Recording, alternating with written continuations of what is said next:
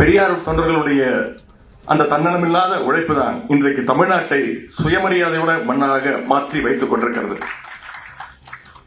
இங்க பக்கத்தில் இருக்கக்கூடிய ஒருவர் உங்களுக்கு தெரியும், கிண்டியில் இருக்கக்கூடியவர் தமிழ்நாட்டுடைய ஆளுநர் ரவின்னு ஒருத்தர் இருக்கின்றார். நம்முடைய நண்பர் தான் அவர் தேர்தல் பிரச்சாரத்தை ஆரம்பித்து விட்டார். பாசிச பாஜகவுக்கு தேர்தல் பிரச்சாரம் செய்வதாக நினைத்துக் கொண்டு நமக்கு செய்து கொண்டிருக்கிறார். ஒரு 3 நாட்களுக்கு முன்பு ஒரு நிகழ்ச்சிக்கு போய் பேசியிருக்கிறார். தமிழ்நாடு போராடும், தமிழ்நாடு வெல்லும் அப்படின்னு தமிழ்நாட்டுக்கு எங்க போனாலும் இதே குரலாக இருக்கிறது.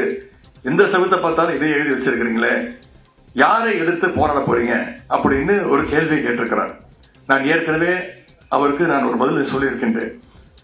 திரு ஆளுநர் ரவி அவர்களே, உங்களோடு தான் தமிழ்நாடு போராடும், உங்களை வென்று காட்டுவோம். பெரியார் தொண்டர்கள் நிறைந்திருக்கிற இந்த அரங்கத்தில் நான் இன்னும் அழுத்தம் திருத்தமாக சொல்ல விரும்புகின்றேன். மாநில உரிமைக்காக தமிழ்நாடு போராடும், சமூக நீதியை காக்க தமிழ்நாடு என்றும் போராடும், மதவெறியை சாதி வெறியை எதிர்த்து தமிழ்நாடு நிச்சயம் போராடும், இந்தி திணிப்பை எதிர்த்து தமிழ்நாடு தொடர்ந்து போராடும்.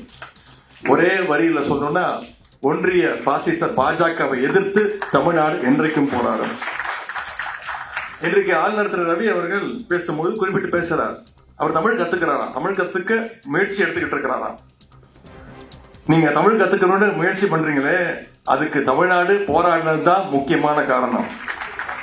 அன்னைக்கு தமிழ்நாடு போராடாம இருந்திருந்தா ஆளுநர் ரவி அவர்கள் இன்னைக்கு தமிழ்ல பேசியிருக்க மாட்டார். நாமெல்லாம் இந்தியில பேசிட்டு இருந்திருப்போம்.